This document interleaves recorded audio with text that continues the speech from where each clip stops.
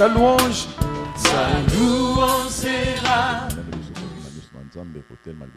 Église pour na malakis auto lengela kiango, ça fait longtemps et Dieu a fait grâce que les lots tous ont libako opportunité à côté les mains. Oui, Matthieu Etali eschatologie, soit le livre d'Apocalypse, et ça la maté à mon facilité. Était très rarement et bison dans ma cela qui bisongol. Toye kola et ça fait aujourd'hui 17 ans on a bandé ko kanisa et ko sala ba recherche ko sambela ponzamba salisa biso afungola biso livre au Apocalypse et permettre quand même biso to banarote ya bato na Nzambe parce que c'est un livre très important et c'est un livre qui nous parle sur trois réalités. Et les bosso les autres lisabiso la destinée prophétique de l'église. Toi ba église banda wapi toza wapi pezo ke ne wapi et yami balé les autres lisabiso destin ya Israël qui est la première nation que Dieu a appelée et Israël banda nini et za wapi pezo ke ne wapi kosuka nini et aussi nous devons aussi parler de l'eschatologie en rapport avec le monde de banda nini et je voulais nini pe kosuka wapi ba thème misa to anezali tellement important yango ne toko luka ko développer yango nangolo na Nzambe. Vraiment que le Seigneur bénisse. Comme je le disais, Matthieu ezalaka tellement moulai tokozana tante ya komanda ko lobela chapitre par chapitre parce que sur les 22 chapitres il y a livre Apocalypse et tokomeka juste ko sala un peu moins synthèse parce que si tu dis que tu peux ça séminaire sur la totalité de l'eschatologie ça va nous prendre des mois et des mois mais tozomeka ko synthétiser pour qu'on puisse savoir au moins le calendrier divin en rapport avec ces trois destinées de Tozosalango. Donc, mon dim azala quand même un résumé à Makambo Ezo Yelaye, Ayeba quand même. Atasuka Kiko Yeba, la totalité avec tous les détails, mais qu'il puisse avoir les résumés et l'essentiel. Il y a livre, il y a Apocalypse. Oebi, Mangomba et Belé, l'église est belé. Était aussi les salis des âmes, koyambisa batokole ces âmes abete eza malamu derrière yango ezali ya litumba tote bato mingi sur la bénédiction matérielle to enseigner bato aussi la délivrance pour chasser les démons mais la chose la plus importante tozobosan. Donc l'église à ce temps de la fin nous devons beaucoup plus se rappeler à l'église et aux enfants de Dieu si la réalité eschatologique, surtout à ce temps de la fin. Donc, les autres peut s'agir c'est une petite introduction pour nous connaître d'abord eschatologie et zanine.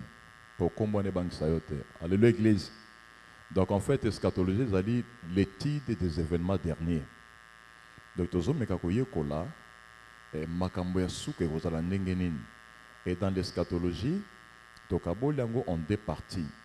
Et là, ce que nous appelons l'eschatologie individuelle et l'eschatologie générale. Naza pasteur, moi je suis pasteur, Emmanuel Yakuto. Nous avons fait grâce à communauté à Christ en niveau Kisangani, plus particulièrement la paroisse à Mambiza. Et ça fait un bon nombre de temps que je m'intéresse à l'eschatologie et je commence un peu à marcher de gauche à droite pour nous rappeler l'église et réalité, il y a livre en Apocalypse. Et dans l'eschatologie, Tokabola qui ont deux parties. Donc il y a d'abord l'eschatologie individuelle, où il sa destinée pesuka ya moto na sena moi eza ndenge nini. Parce que l'homme a été né, il grandit et il va finir. Mais ce qui a sukubi soit à koufi, sort né kozala ndenge nini. Donc en fait dans l'eschatologie individuelle, les autres lisent les sorts des humains juste après la mort. Qu'est-ce qui va nous arriver? Parce que voilà à Mwindo, ça échappe à beaucoup de personnes. Et moins de communautés, baté à Kabilo Kohanate. Et bao baté à des fois, enseignaka bato na Nzambe avec beaucoup d'erreurs. C'est pourquoi tous hommes recadrer certaines choses pour toyeba quand même à venir à mutusima ya kufa na ye eloko nini ekomelaka ye. Donc en fait, avant de toucher la eschatologie individuelle, il qui d'abord le tableau na biso pour tomber c'est un peu le calendrier de Dieu par rapport à l'humanité, par rapport au monde. Donc na kati ya calendrier ensemble na lune des temps tokaboli temps en 8 parties. Autres bengango ba dispensation. Donc en fait dispensation est anine. Dispensation est un régime, donc un espace, intervalle de temps, une période de temps selon laquelle un régime prévaut. Donc, eten yatang lolenge nzambe akambaki batu na batu. Pambate nzambe akambi batu nyoso lolenge mokote. Kolobate lolenge nzambe akambaki Israël nde lolenge okamba église. Tu vois, nous sommes des pasteurs. Bible zoloba connaît chacune de tes brebis et dont les soins à tes troupeaux. Donc, même dans une église locale, on ne peut pas diriger toutes les brebis de la même manière. Donc, il faut qu'il y ait baka, pate na pate, nature nae, caractère nae, ali akanini, abika ndengeni, nokokipe ko corriger ndengeni. Et Dieu qui est les grands bergers, les bergers par excellence, a cambi bateau différemment. Donc, le lenge est cambélia batu, nous avons bien une dispensation. En fait, tu as dispensation en 8 parties. Donc, la première partie, nous avons la dispensation de l'ignorance. Je voudrais rappeler que chaque dispensation est là qui n'a pas cambi, mais beaucoup de lié. Et chaque dispensation, nous avons pas autant le lenge ne soukaki, et jugement qui est réservé pour chaque dispensation. La dispensation de l'ignorance, je crois que le leader Awazala qui Adam, dans ma pesa qui me beko, yakoli agnoso, mais a touché arbre de connaissance du bien et du mal. Mais il n'a pas respecté à ça. Tout le monde a dit que Dieu a mis fin à cette dispensation par l'expulsion de l'homme et de la femme du jardin d'Éden. Désormais, l'homme est dirigé par la conscience. Nous la dispensation de la conscience. Oyo moto abimi libanda jardin akomi soko komi kamba na conscience na yemoko. Et la conscience de l'homme étant souillée par le mal, soko tangi Apocalypse et Genèse plutôt chapitre 6, au monde bazoloba que la pensée de l'homme était tournée exclusivement vers le mal. Mabe kola ki makasi yango de sala ki Nzambe a détruire dispensation oyo par les eaux de déluge. Nasima tant Noé abimi na délige bana na ye babotani babandi kokola ti bakoli baye koluka komonter la tour de Babel et tour de Babel wana ezalaki na batension ya malamu te Nzambe akitaki akofondaki tour wana apanzi batu tour etikali inachevé et batu bapanzani à travers le monde chacun avec sa langue yango tobengi yango le gouvernement humain. Donc ça, c'est la troisième dispensation. Comment les humains se sont organisés sous forme de gouvernement. Yango lelo ekoli et komi ba nation ba état. Et cette dispensation n'a pas encore pris fin, ça continue. Et ça n'attend yo Nzambe à commettre fin la dispensation du gouvernement humain na bitumba ya Armageddon parce que ça continue encore le gouvernement humain. Alors quatrième dispensation, il y a la dispensation de la promesse. Comme on est après tour de Babel, de l'Engenzamba Bimisaki, Abraham, la Mésopotamie. Mésopotamie signifie pays entre les deux fleuves. Nzamba Longoli Abraham Kuna a Bendiye. Pour ce Nezalaki, le coup la nation Nyos wa Panzani Mokili Mobimba. Dieu avait besoin de se choisir sa propre nation où il a créé en haut. Parce que Nzambe, Motako Sote, Azala peine à projet naï. À court terme, à moyen terme et à long terme. Dieu voulait faire avec Abraham un projet à long terme. Pour éviter que ton nom grand et tu seras une source de bénédiction. Donc toutes les familles de la terre seront bénies en toi. Donc c'était un projet gigantesque à long terme. On nous a dit Abraham Awa. Pepo Senezala qui Nazela Abraham. a formé une nation qui lui appartient, que nous sommes en train d'appeler Israël. Alléluia, Église. Et la 5e dispensation ici, c'est la loi. Loi, ils ont formé le peuple a tindi une formation en Égypte, parce que l'Égypte, on dirait la matrice que Dieu a utilisée pour faire grandir son fils, son premier fils. Moi, je suis à Liboso, Israël. Alors, moi, il faut accoter d'abord la matrice. Et l'Égypte était considérée comme la matrice. Mais moi, je à se développer. Et moi, il faut maquiller na maï. L'agneau a été immolé et le sang a été appliqué sur les portes. Et l'enfant aussi devait traverser les eaux de la mer Rouge pour abarasko marche. Et tant que est arrivé quelque part, l'enfant a commencé le désordre et les bêtises. C'est pourquoi Nzambe na se ngomba ya Sinaï a ekopesa une loi pour na kolakisa lolenge ni na koki kotambola. Malheureusement, quand Israël est arrivé à Canaan, bayebaki penza lolenge ya kobika na Nzambe te. Kanda ya Nzambe salaki ke abana ko frapper bango. La première frappe, c'était la division des royaumes d'Israël à Katiangbondé, une partie et comme Israël, l'autre partie comme le royaume de Juda. Et on a remarqué que plus tard, le royaume d'Israël qui tellement petit, vers l'année 521 avant Jésus-Christ, nous avons kangi Israël peut atteindre la déportation en Syrie. Et le royaume de Juda, ça continue à exister. Vers les années 606 avant Jésus-Christ, 605, 606, nous avons dit que le peuple et le royaume de Juda va connaître la déportation vers Babylone. Alors, plus tard, étant donné que c'était un peuple au cours raide, nous avons qui commettre fin à la dispensation de la loi au travers de la mort de Jésus à la croix. Donc, Koufa Yesu Nekuluso et ce qui si Ngonga ya Mibeko, la loi de Moïse. Et Yesu aye pour inaugurer l'ère de l'Église que nous appelons la 6e dispensation, soit la dispensation de l'Église, autrement dit, la dispensation de la grâce. Alors, dispensation de la grâce, c'est inaugurée par le Saint-Esprit au jour de la Pentecôte, et ils ont continué jusqu'à présent. Et dispensation est souka par l'enlèvement de l'Église sur la terre des hommes. Quand le Saint-Esprit a longo l'Église, a matissé un likolo, et kotani na kolo nango dans les airs, et l'Église est nettoyée.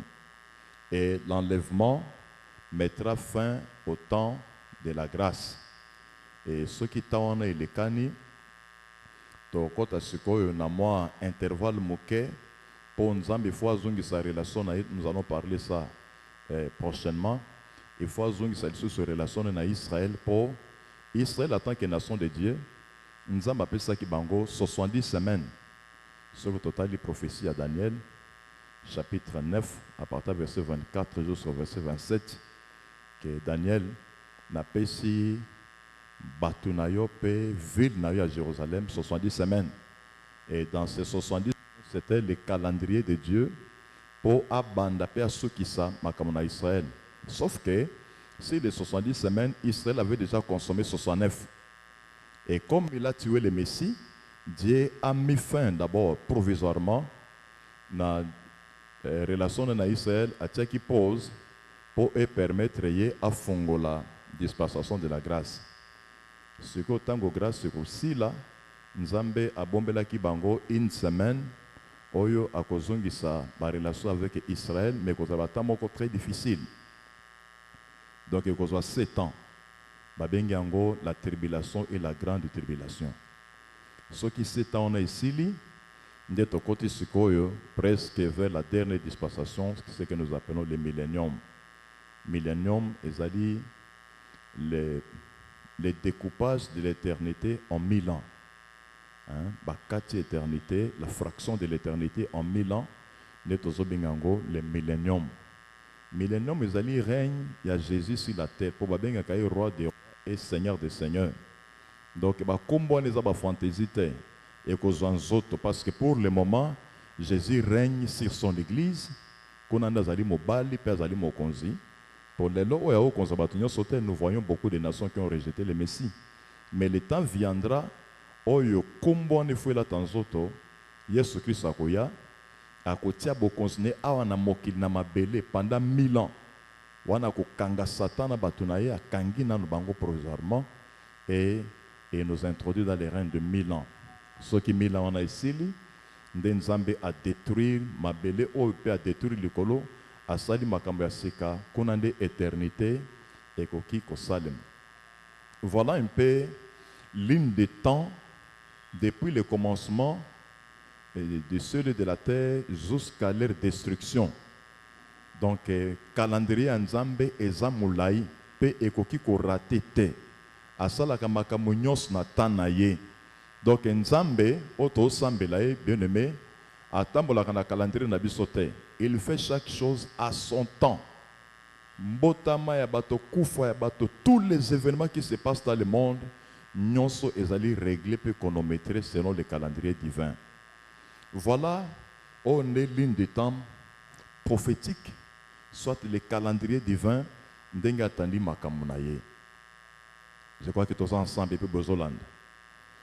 Donc, ce qu'on a zongi na eschatologie individuelle, parce que dans le baki, rappelez-vous que Tokabola qui eschatologie en deux. Il y a d'abord l'eschatologie individuelle et il y a les eschatologie générale. Mingi mingi na kolobela o général.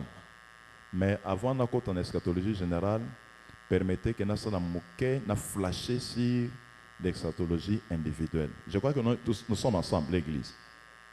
Donc, ils allaient concentrer ma canisse à la awa. Pour biloko tozolba awa ezali tellement important. Ba bazon na Biblia na bango na livre à Hébreu le chapitre 9 le verset 27. Balobi boye, je crois que batangi bazawa na batangi la biso. Balobi na livre à Hébreu 9 verset 27 et comme il est réservé aux hommes de mourir une seule fois après quoi vient le jugement. Et laissez-moi vous rappeler que dans la sainte doctrine, il y a des enseignements fondamentaux enseignement liboso en rapport avec le livre à Hébreu chapitre 6, le verset 2. L'ité obéi la kisa liboso et d'abord le renoncement aux œuvres mortes, soit la repentance. L'ité a mis balai et la foi en Dieu qu'on ne dit pas en Zambé. Il y a mis sato et la doctrine de baptême. Il y a mis la imposition de main. Il y a mis la résurrection des morts. Puis il y a motoba le jugement éternel. Alors, l'idée en rapport avec la résurrection des morts et le jugement éternel, et ça la fait partie, il y a une eschatologie individuelle. Donc, il est toujours important de rappeler aux hommes que comme il y a un commencement, il y aura aussi une fin. Personne ne peut s'échapper. Et ça, duel au Ezali, qu'au Salema, il y a la naissance, il y a aussi la mort. Il y a le commencement, il y aura aussi la fin. C'est très important. Donc, le kola moto azwaki tango ya kobotama, aiba peke akokufa. Mais sauf que moto azanyamate. Un animal n'a que deux parties. La première partie, c'est l'instinct et la seconde, c'est le corps. Tandis que Moto a trois parties. L'homme a le corps, il a l'âme et il a l'esprit. En rapport avec 1 Thessaloniciens chapitre 5, le verset 23. Moto azana habité le misato, ana nzoto, azana motema, pe azana molimo. Ce que habité dans la misato, eza ko fonctionner ndengenine. Le corps, c'est la partie visible de l'homme, palpable, tout le monde appelle tout simba, et ça permet de se mettre en contact avec le monde physique. Tout le monde, tout simba, organe de sens, et ça nanzoto, le corps physique. Mais libanda et nzoto, oh yeuti na mabele na poussière, il y a aussi des autres parties où les monde en a invisibles il a l'esprit et il a aussi l'âme. Alors, on a démontré encore moke awa na tableau na biso pour permettre biso étant donné les enseignements to sepela répéto ça les laer moko tableau pour esunga biso. Awa ezali homme moto, awa ezali nyama animal. Basalaka neti kolandana mais baza ndenge moko te. Et des fois on dit que l'homme c'est un animal intelligent. Donc c'est-à-dire moto na nyama baza na ba point ba landani pe za na biloko ba keseni. Moto azali na corps, nyama pe aza na corps. Moto aza na âme, nyama aza na âme te, aza na instinct. Instinct ezali ka mwa âme ya moke pe moto aza na esprit. Esprit nyama aza na yango te. Vous voyez? Alors, corps ya moto nzoto euti na mabele. Dieu a pris la poussière. Boenda asala ki moto a forma ki moto, il a pris la poussière. Et poussière yango moko yoki kotelema boite fois sangisa na mai. Tango nzamba zui poussière asangisi na mai esali oto bingaka argile. Argile wana sikoyo nde nzamba asali yango na forme oyo alingaki moto azuela. Donc l'argile c'est la partie visible de l'homme. Argile. Et après sikoyo tango asali argile wana Bible lobete nzamba azwaki souffle na ye pe apemeli argile wana. Tango nzamba lancé souffle na likolo na argile, souffle ya nzambe ekabwani en 3 étapes. Juste le souffle de Dieu. Na kati ya souffle ya nzambe, permettez, na souffle, je crois que lingi omeka expérience oyo, ozui verre, au foulis mo pepeno li kati ya verre, okomona ki mo pepena eko provoquer vapeur. Na kati yango pe okuta mo pepena lokaka pamba pe okuti gaz carbonique. Donc en fait, juste le souffle de l'homme, on nzamba zo souffler likolo na moto, na souffle ya nzambe to bimisi biloko misato vapeur, toza na air pe toza na gaz carbonique. Alors, air oyo ndezo pesa esprit. Donc l'esprit c'est comme de l'air, le vent, tandis que les gaz carboniques et la vapeur au mibale sangani et pesibiso âme. Vous voyez? Et pesibiso âme. Donc âme est la partie intérieure ya nzambe. A foule li moto, c'est-à-dire nzamba zo communiquer nature na kati ya argile wana. A communiquer nature na ye ba émotion na ye lolenge azalaka communiquer yango na kati ya argile nde moto soki akomi na valeur koleka nyama. Donc ce qui nous différencie nous les humains par rapport na banyama eza partie oyo mibale oyo. Il y a l'âme et l'esprit. Alors âme maintenant esprit à moto et ça la goto bingaka na français homme intérieur. Tandis que le corps azopé sa homme extérieur. Dans les bilok bosi mango très bien. Bomoto ya kati, c'est-à-dire âme maintenant esprit, ba faculté immatérielle ya moto et bombani na kati où eza ko constituer valeur kutu ya moto. Dans le livre Job chapitre 32 à partir du verset 7, balobi en réalité dans l'homme c'est l'esprit, le souffle du tout-puissant, yango de valeur ya moto. Donc libande ezaka juste lokola une tente au batongeli yango ko âme na esprit. Alors homme extérieur na homme intérieur, bango mibale bakanganaka na singa moko ekangisi bango relier bango. Ezon dire mama suka na kati azana zemi, mama libanda na ye na mwana oyo azalaka na kati bakanganaka na singa moko babengaka yango le cordon ombilical. Et de même moto nyonso oyo azana na bomoi ezalaka na singa moko ekangisaka bomoto ya libanda na bomoto ya kati babengi yango les cordons d'argent. Pourtant, on a le livre Ecclésiaste chapitre 12. Il a les cordons d'argent. Et quand l'homme vit, et cordon au relié homme intérieur na homme extérieur. Si que Ce qui singa ou katani pas, c'est ça la mort. La mort c'est quoi? La séparation. Il y a homme intérieur et homme extérieur. Pas pour motakati abimi na ye. Oyo parti oyo et bimi. Parti ce qui bimi et le place à kokende.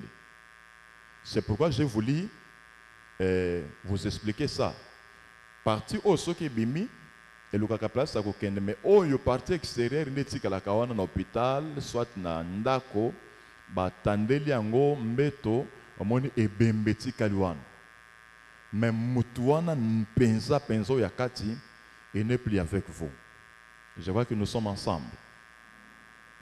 Alors, je voudrais ici parler un peu de la configuration. Il y a l'iwa avant Yesua, il y a paix après Yesua koma. Je crois que tous ensemble. La ligne où on a vu sur la bokebi. On a besoin conclure partie oyo. Donc, avant Yesua na mokili, depuis la chute de l'homme au jardin, il y a eu un problème qui s'était posé parce que tant que tu a fungoli porte ya kufa, a fungoli porte à ce jour de mort.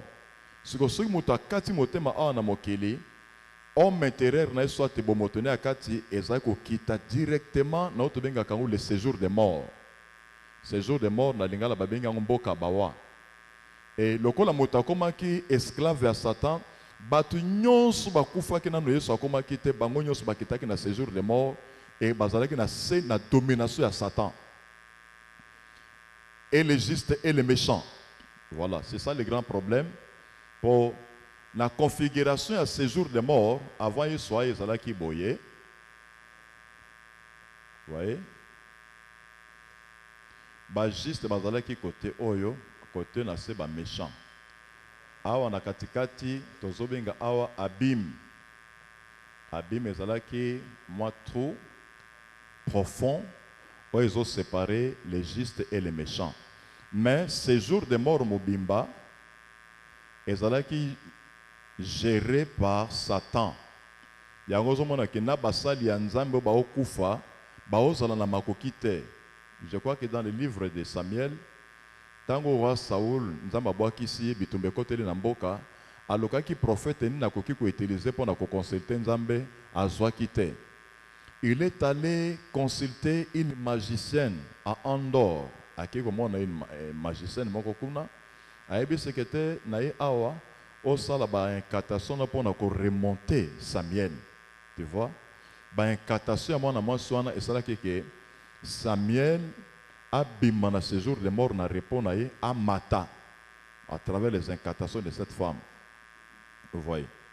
Donc c'est pour dire que ce soit les justes et les méchants, bango nyonso bazalaki ko konzama d'abord par le diable parce que c'est lui qui tenait les clés de la mort et de ce jour de mort. Mais gloire à Dieu parce que ba prophète yakala ba roi David babandaki déjà ko intercéder pour melimo na bango éthique pour na tena ba condition à ce jour de mort. Je crois que tous ensemble. Et c'est pourquoi ce qu'autant que livre il y a Luc chapitre 16, vous allez voir le lecteur na biso ba autant que la biso toujours gagner temps. Na parabole ya riche na pauvre Lazare. Moni que riche na Lazare bango nso ba kufi ba kiti na ce jour de mort. Mais tant que riche a boaki miso na ce jour de mort, amoni Lazare aza na repos. Mais l'autre là, le riche là, tellement qu'il ne connaissait pas la loi du Seigneur, a abandonné qu'on souffrir. Hein? Dans un endroit vraiment horrible. Alors on a passé. Puis à 5 qui coûte intervention à Lazare, mais c'était trop tard. Mais ce que tant que Yesu a eu au coma, il a commencé son ministère. Tant que Yesu a eu loi, il a un phénomène où il s'est marqué. La Bible nous dit que pendant que Jésus-Christ était en train de rendre l'âme sur la croix, il a eu un tremblement de terre. Ma banque pasuki bakunde fungwami. C'est pour dire, na sena mabele, bazala ki pe ozila bokom ya Christ. Donc parce que Christ est venu pour libérer les captifs. Les captifs étaient na mokili pe na se ya mabele la vie des captifs. C'est pourquoi Christ devait se rendre jusqu'au séjour de mort. Wana batangi la biso atananda parce qu'on n'a pas trop de temps. Dans le livre 1 Pierre chapitre 3 verset 18. il a des captifs qui étaient sur la terre. Et quand Jésus est sorti, parce que donc Jésus n'a quitté jusqu'au séjour des morts. Pour aller faire quoi? Ravir les clés de la mort et du séjour des morts dans les mains du diable. Peut à libérer tous les justes qui étaient ici. Il fallait soyez vider cette partie à Longoli Bango Awa pour transférer Bango vers le paradis. Et vous serez d'accord avec moi que Jésus avait dit à ces brigands-là qu'aujourd'hui, tu seras avec moi dans le paradis. Aujourd'hui, on est allé aujourd'hui à 24 heures. Et ça, aujourd'hui, prophétique, les temps de la grâce. C'est-à-dire, désormais, tous ceux qui meurent en Jésus-Christ, sont transférés dans le paradis. Donc, il soit vidé, juste qui n'a séjour de mort, à transférer dans le paradis. Na ba Christ nyos bazo kufalelo, bango nyoso bazo ke na paradis. C'est pourquoi nous avons clôturé dans Apocalypse chapitre 1 verset 18. Yesu aibisaki apôtre Jean kobangate. J'étais mort et je suis vivant pour les siècles des siècles. Je tiens les clés de la mort et du séjour des morts. Donc désormais, c'est Jésus qui tient les clés de la mort et le séjour des morts. C'est une bonne nouvelle pour l'Église. Je voudrais que vous puissiez acclamer pour le Seigneur parce que c'est une bonne nouvelle pour nous. Mon Christ, aza lisusu mote asomote. Bawe bazoku fakat nakolo bake kopema. Apocalypse balobi errez dès à présent le mort qui meurt dans le Seigneur parce qu'il se repose de leurs œuvres et leurs œuvres les suivent. Je conclue en disant ceci. Nous, en tant qu'enfants de Dieu, parce que notre Seigneur a vaincu la mort. Yami Balé, tu éviter la coutume des nations. Ce qui m'a Christ a koufi, a qui m'a évité kotungisama pour na koufa et mo santo. Parce que le monde est dans la théologie na yango, biso pe to na lolinga na biso to monde la kamaka. Regardez le roi David lorsque son fils était mort. A sokoli nae a lié pe a na temple, c'est tout. Donc na so pe sa conseil boye. Ce qui m'a Christ a koufi, to kume sanzambe, to sepela, to yembela nzambe pour azuer l'élévation à qui kopem. Le reste, to melate parce que la vie continue. To boy, na sina peki sabino ban église. Na yoki mutuke, a lelaki a piqué crise, aux en suspension. Parce que c'est comme si toi tu n'as pas compris la mort d'un enfant de Dieu. Mon Christ a koufa te sunda maïba kite. Dieu connaît, c'est Dieu qui appelle ses enfants à besoin de repos. Donc, ceux qui n'ont pas dit que aux serviteurs, aux suspendus.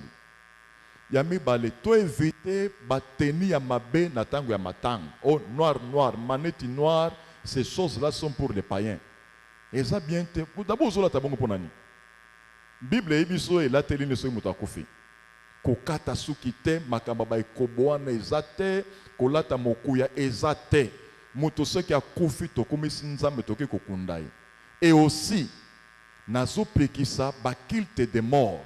Muto akufi bozo ebembe na ebo na ngonanda kwa nzambe bosala ba cérémonie na kati ya temple ba musuba kende ke très loin bazo kunda même ba pasteur dans le temple ba mususu libanda ya clôture kaka église bakundi wana. Il faut faire beaucoup d'attention contre ces choses. Basali ba cimetière pour na mutu nyos. Éviter. Voilà pourquoi Moïse est en koufi, Nzambe alinga kite cimetière à Moïse à la polélebo. Nzambe yemoko akunda Moïse pe a bomba. Parce que mutu azalaka peine na idolâtrie. Vous voyez? Parce que n'a masalaka Moïse on allait même défier Moïse, on allait le considérer comme un Dieu. C'est ce que Dieu interdit. Alors le lo bandimi ba komi ko luka ko défier basali na Nzambe.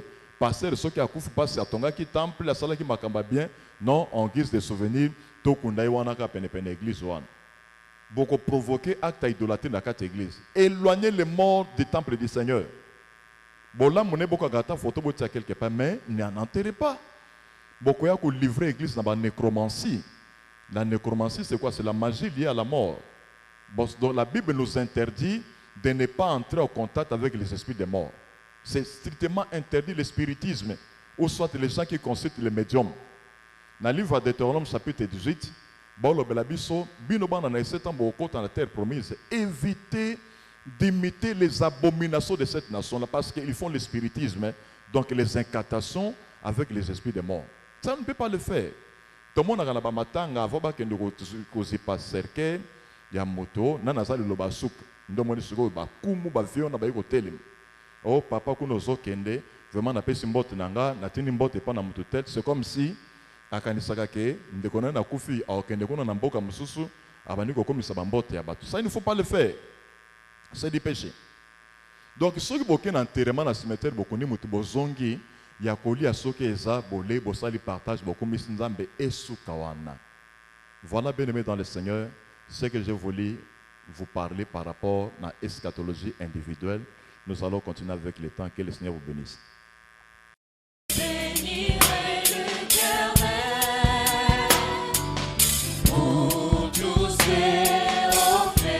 Sa louange, sa louange.